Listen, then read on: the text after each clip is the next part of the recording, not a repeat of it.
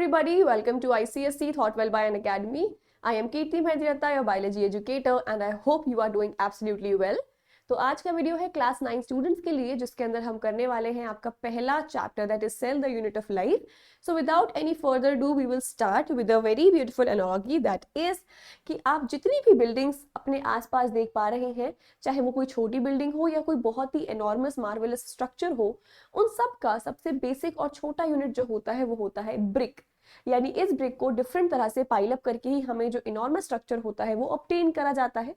Likewise अगर life forms की बात करी जाए जो हम अपने आसपास ऑब्जर्व करते हैं, which includes different variety of plants, animals as well as even single cellular organisms, वो सब बने होते हैं सबसे छोटी यूनिट के, जिसका नाम होता है सेल. यानी मैं बोल सकती हूँ कि एक सिंगल सेल जो है वो डिफरेंट तरह से पाइल करा जाता है, अरेंज किया जाता है और हमें ऑब्टेन होते हैं मल्टी सेल्युलर कॉम्प्लेक्स ऑर्गेनिजम्स. अगर मैं सेल को हटा देती हूँ तो मुझे कोई भी लाइफ फॉर्म देखने को नहीं मिलेगा, विच कंक्लूड्स कि जो सेल है वो लाइफ के लिए रिस्पॉन्सिबल है. ऐसा कभी नहीं होता कि कोई लिविंग फॉर्म प्रेजेंट हो और उसमें सेल ना हो, कि सेल जो है वो कोई बेसिक स्ट्रक्चर फॉर्म कर रहा है और लाइफ को जो है वो प्रोवाइड कर पा रहा है. यानी कि अगर मैं सेल के बारे में कुछ बातें पढ़ना चाहूँ तो I can say that it is the basic structural and functional unit of life. यानी कि सेल ना सिर्फ हमारी स्ट्रक्चर प्रोवाइड कर रहा है, साथ साथ फंडामेंटल फीचर भी है.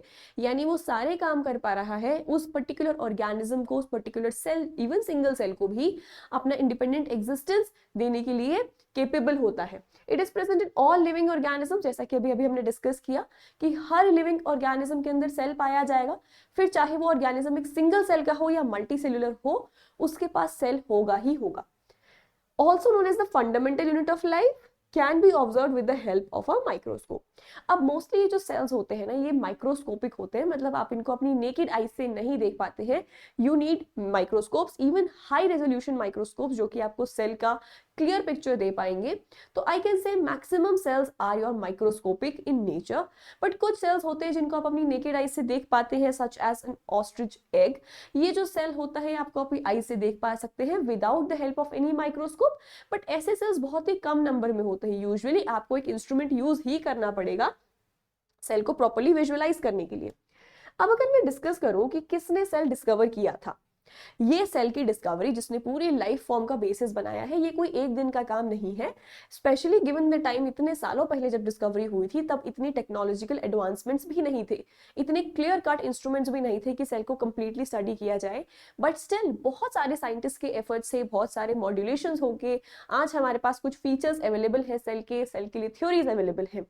सबसे पहले अगर हम बात करें तो साइंटिस्ट थे रॉबर्ट हुक, जिन्होंने सेल को डिस्कवर किया था. कहां से किया था? कॉर्क से डिस्कवर किया था. एंड ये जो सेल था ये डेड सेल था, इस चीज को आपको ध्यान रखना है.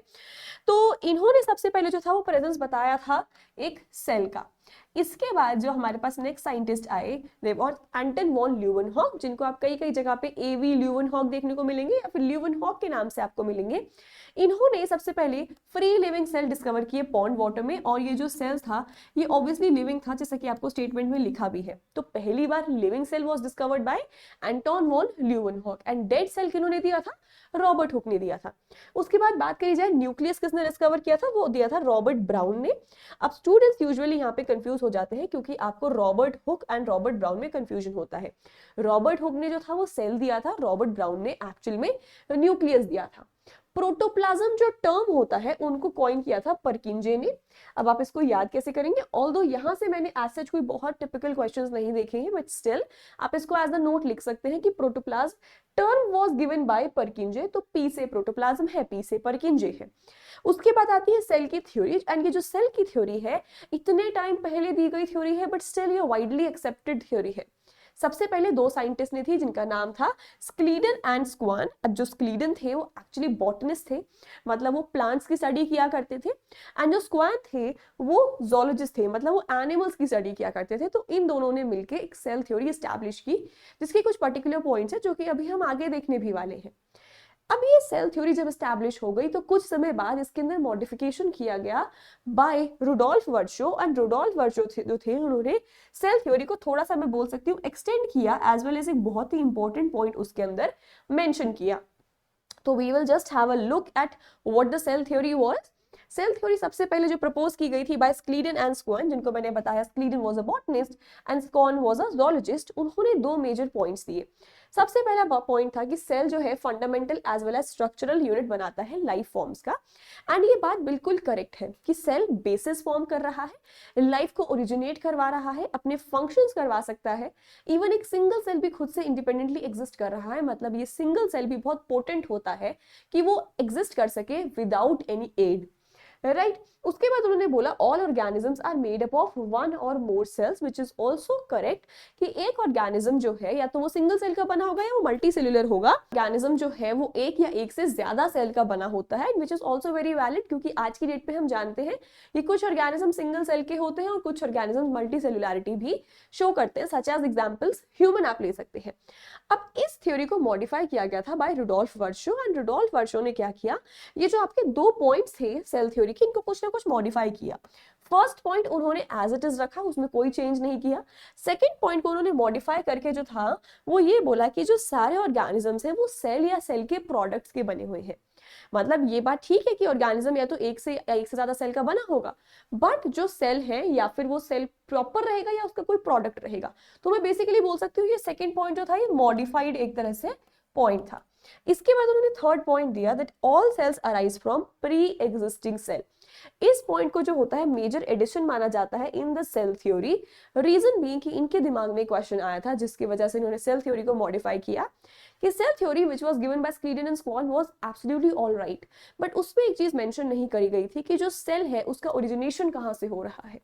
क्या कोई सेल धरती पर रैंडमली पाया गया या फिर भगवान ने ही कोई सेल टपका दिया?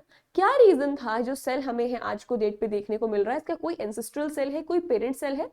तो बिल्कुल होता है कि हर सेल जो है उसका कोई एक प्री एग्जिस्टिंग सेल होता है, यानी इस सेल का पर्टिकुलर पेरेंट ये है, लाइकवाइज इसका पेरेंट भी कोई पर्टिकुलर सेल होगा, and so on and so fourth. यानी सेल रैंडमली ओरिजिनेट नहीं करते, वो अपने पेरेंट सेल से ही बन के आते हैं। तो ये उन्होंने जो था एक मेजर पॉइंट यहाँ पे एड ऑन किया था सेल थ्योरी में।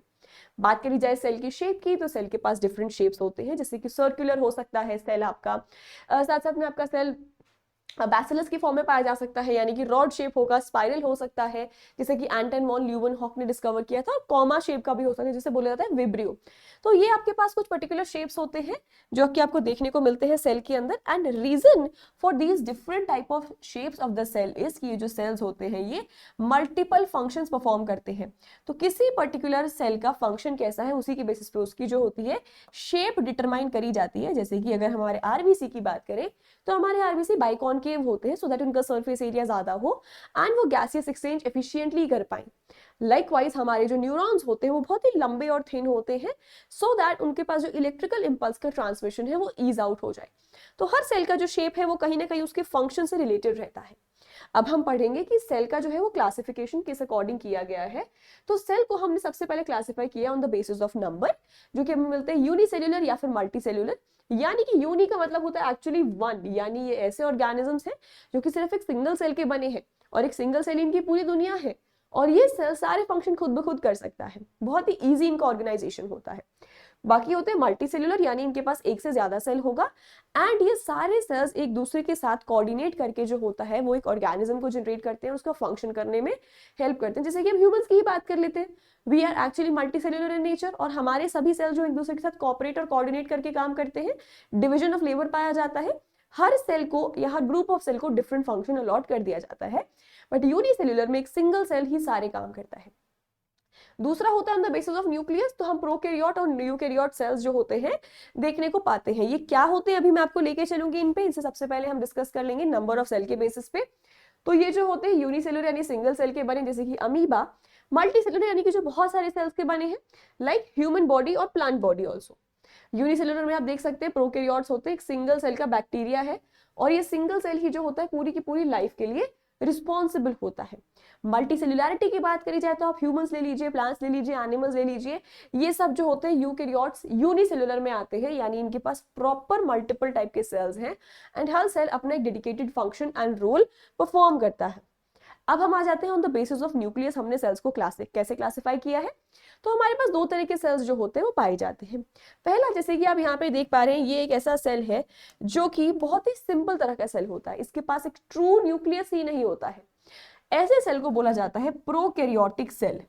प्रोकैरियोटिक में एक्चुअली जो टर्म है प्रो, इसका मतलब होता है प्रिमिटिव, एंड कैरियन का मतलब होता है न्यूक्लियस, यानी ये एक ऐसा सेल है जिसका न्यूक्लियस बहुत ही प्रिमिटिव होता है।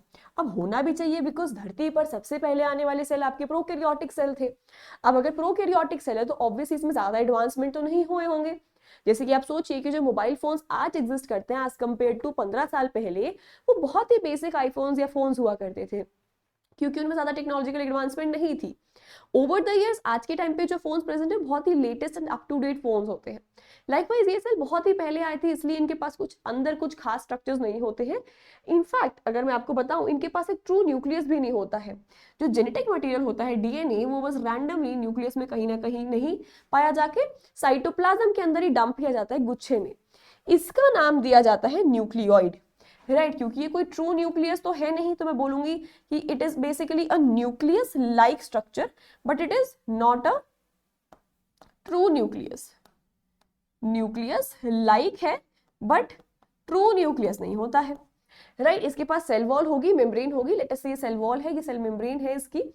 अब अंदर जो सारा फ्लूइड प्रेजेंट होता है इसे कहा जाता है साइटोप्लाज्म, यानी वो फ्लूइड है जिसके अंदर आपके सेल का सारा सामान इमर्ज्ड होगा। अब ये जो साइटोप्लाज्म नाम का फ्लूइड होता है, ये बहुत थिक भी नहीं होता, बहुत थिन भी नहीं होता है, यानी पानी जितना पतला भी नहीं होता और शहद जितना थिक भी नहीं होता है। कहीं इसकी मीडियोकर जो होती है वो थिकनेस पाई जाती है, लाइक अ पुडिंग, उस तरह से होता है। अब साइटोप्लाज्म में बचा ही क्या है, मोस्टली न्यूक्लियोइड ही पड़ा हुआ है, बाकी छोटे छोटे स्ट्रक्चर्स होते हैं राइबोसोम्स, और ये राइबोसोम्स सेल को प्रोटीन सिंथेसाइज करने में हेल्प करते हैं। अब हम आ जाते हैं हमारी दूसरी तरफ पे, जो सेल है जिनका नाम होता है यूकैरियोटिक सेल। तो यूकैरियोटिक सेल्स हमारे ट्रू सेल्स होते हैं, इनका नाम होता है eukaryotic cells as well as karyon का मतलब तो अब आपको पता चल गया है कि ये क्या मतलब होता है इसका, न्यूक्लियस।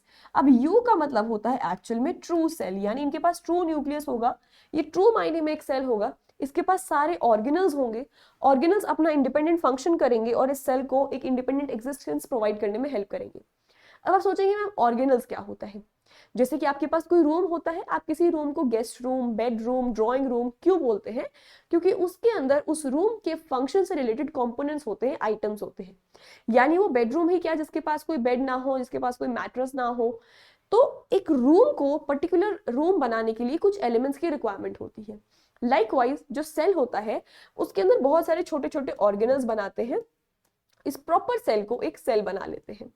तो यूकैरियोटिक सेल के पास वो सारे ऑर्गेनल्स हैं जो कि अपना इंडिपेंडेंट फंक्शन करते हैं, और वो सारे फंक्शंस कर पाते हैं, इसी के चलते एक जो सेल है वो इंडिपेंडेंटली एग्जिस्ट कर पाता है। तो eukaryotic cell in simple terms is a true cell, और इसके साइटोप्लाज्म में आपको बहुत सारे ऑर्गेनल्स देखने को मिलेंगे, जिसका एक क्विक रन थ्रू हम यहाँ पे ले लेते हैं। देखिएगा, सबसे पहले अगर मैं बात करूं, आउटर मोस्ट बाउंड्री होती होगी एक सेल की, जो कि जैसे आपका घर का गेट होता है, लाइकवाइज सेल का भी एक गेट होता है जिसे बोला जाता है cell membrane. And cell membrane जो होती है वो एक्चुअली आपकी सेमी परमिएबल होती है, यानी कि ये हर मटेरियल को अंदर बाहर नहीं करेगी। कुछ गिने चुने मटेरियल जो होंगे, जो इसके नोन होंगे, जिसकी रिक्वायरमेंट होगी, वो ही अंदर आ पाएंगे, एंड ऐसे ही कुछ सिलेक्टेड मटेरियल्स का यहाँ पे एग्जिट हो पाएगा। तो that means it is semi permeable, यानी चुन चुन के चीजों को अंदर या बाहर करती है, रैंडम इनका मूवमेंट नहीं देखने को मिलता है। ये आपके सेल का जो है गेट की तरह फॉर्म करती है, एंड किसकी बनी होती है, फॉस्फोलिपिड्स की बनी होती है। अब देखिए, जैसे कि ये सेल का गेट है, वैसे आपका घर का गेट होता है। अब घर के कई घरों के बाहर एक सिक्योरिटी गार्ड भी बैठे होते हैं, जहां पे एडिशनल लेवल ऑफ सिक्योरिटी चाहिए होती है। वैसे ही कुछ एडिशनल सेल्स में क्या होता है कि सेल मेम्ब्रेन के बाहर एक एडिशनल लेयर पाई जाती है, जिसे बोला जाता है सेल वॉल। अब ये सेल वॉल हर सेल के अंदर नहीं होती, कुछ पर्टिकुलर सेल्स में ही पाई जाती है, एंड ये additional level of security, additional level of protection, stiffness, rigidity provide करती है किसी भी पर्टिकुलर सेल को। अब आप पूरा जो इस सेल के अंदर फ्लूइड देख पा रहे हैं, ये और कुछ नहीं है, ये सारा आपका साइटोप्लाज्म है, और इसी साइटोप्लाज्म के अंदर क्या होता है, आपका सेल का सारा ऑर्गेनल, सारा कंटेंट इमर्ज्ड होता है। सारी मेटाबॉलिक रिएक्शंस की अगर मैं बात करूं, यानी सारी की सारी जो बायोकेमिकल रिएक्शंस है वो आपके साइटोप्लाज्म में हो रही होती है, एंड होनी भी चाहिए, बिकॉज एक लिविंग स्ट्रक्चर को लिविंग तब बनाया जाता है जब उसके अंदर रिएक्शंस चल रही हो, बायोकेमिकल मेटाबॉलिक रिएक्शंस चल रही हो। तो वो सारी रिएक्शन, यानी चीजों का बनना, चीजों का टूटना, वो सब साइटोप्लाज्म में चल रहा होता है, जो कि एक मैं बोल सकती हूँ पुडिंग लाइक स्ट्रक्चर होता है। उसके बाद हम आ जाते हैं सबसे सेंटर ऑफ द सेल में। सेंटर में पाया जाता है हमारा एक बहुत ही बढ़िया प्यारा न्यूक्लियस, और होना भी चाहिए क्योंकि एक यूकैरियोटिक सेल है। तो यहाँ पे हमें देखने को मिलता है न्यूक्लियस, जो कि सेल का कंट्रोल सेंटर होता है, या मैं बोल सकती हूँ ब्रेन ऑफ द सेल भी होता है।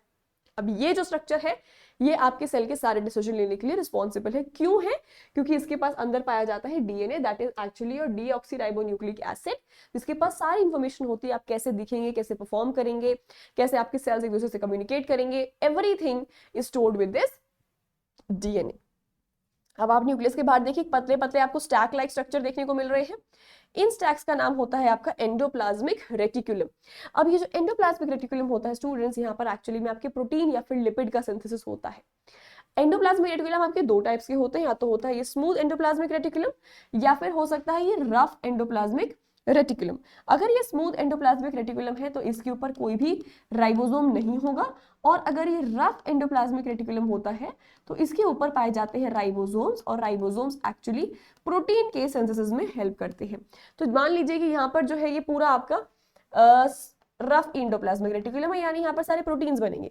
ये पूरा पोर्शन आपका स्मूथ का है तो यहाँ पे कोई प्रोटीन नहीं बनेगा, यहाँ पे लिपिड बनेंगे। इस फैक्टर को आपको ध्यान रखना है। अब ईआर के जस्ट बाद आ जाता है यहाँ पे गोल्गी कॉम्प्लेक्स, आप बोल सकते हैं गोल्गी अपैरेटस। अब ये गोल्गी अपैरेटस के पतले पतले स्टैक लाइक स्ट्रक्चर ही देखने को मिल रहे हैं। तो जो भी प्रोटीन या लिपिड बनते हैं वो उसके बाद आते हैं आपकी गोल्गी में, और गोल्गी में उसकी पैकेजिंग होती है, पैकेट में बंद किया जाता है and different parts of the cell में सप्लाई किया जाता है, या फिर सेल के बाहर भी सप्लाई कर दिया जाता है। तो ईआर प्रोटीन और लिपिड बनाएगा, गोल्गी उसको पैक करके सेल में या सेल के एक्सटीरियर में ट्रांसपोर्ट करेगा। इनफैक्ट प्लाज्मा मेम्ब्रेन या सेल मेम्ब्रेन में भी ट्रांसपोर्ट कर सकता है। ओके, राइबोसोम मैंने बता दिया प्रोटीन सिंथेसिस के काम आते हैं। वैक्यूल एक बेसिकली वाटर बैग होता है सेल का। मोस्टली ये स्ट्रक्चर आपको प्लांट सेल्स में देखने को मिलेगा, वहां पे बहुत बड़े साइज का होता है। एनिमल सेल्स में या तो कम होता है या फिर नहीं होता, और ये सेल्स को ना एक टर्जिडिटी प्रोवाइड करता है, सेल्स को पानी का भरपूर मात्रा में प्रेजेंट होना अलाउ करता है, कुछ कुछ वेस्ट सब्सटेंस भी अपने अंदर ये एम्बेड करके रख लेता है। लाइकवाइज भी है पेरोक्सिसोम बेसिकली ऐसा वेसाइकल है जिसके अंदर आपके सेल की ऑक्सीडेटिव रिएक्शंस चल रही होती हैं। फिर पाया जाता है सेंट्रियोल एक ऐसा स्ट्रक्चर है जो कि आपके सेल को डिवाइड करने में हेल्प करेगा। कैसे करेगा? ये आपके जो सेल के अंदर क्रोमोसोम पाए जा रहे हैं ना यहाँ पे डीएनए में, उनको सेपरेट करेगा जब सेल डिवाइड होगा। एंड इसके बारे में आप बहुत डिटेल में क्लास 10 में जानेंगे भी सही। फिर आ जाता है हमारे पास लाइसोसोम, जो कि एक बहुत ही इंपॉर्टेंट ऑर्गेनल है। इसे suicidal bag of the cell भी कहा जाता है। क्यों कहा जाता है? क्योंकि ये आइडियली लाइसोसोम आपके सेल के अंदर बनने वाले वेस्ट को डाइजेस्ट करता है, मतलब जितना भी वेस्ट बन रहा है उस सबको ये लाइसोसोम कंज्यूम कर लेगा एंड सेल को हेल्दी लिविंग रखेगा। बट लेट अस से इस लाइसोसोम की हाइपर एक्टिविटी हो गई, ये जरूरत से ज्यादा काम करने लगा, तो ऐसे केस के अंदर ये ना सिर्फ सेल के सब्सटेंसेस को बट पूरे के पूरे सेल को खा लेता है, एंड इन टर्न ये जो पूरा आपका सेल होता है ये डेड हो जाता है, सेल की डेथ हो जाती है। दैट इज व्हाई लाइसोसोम क्या करता है, सेल का ही सुसाइड करवा देता है, जबकि उसको आइडियली वेस्ट मटेरियल को सुसाइड करवाना था, वेस्ट मटेरियल को कंज्यूम करना था। देन वी हैव माइटोकॉन्ड्रिया जो होता है ये बेसिकली आपका जो मूंगफली का छिलका होता है उसकी तरह कुछ दिखता है, एंड इसको बोला जाता है powerhouse of the cell, because ये एनर्जी प्रोड्यूस करके सेल में प्रोवाइड करवाता है for all different kinds of functions.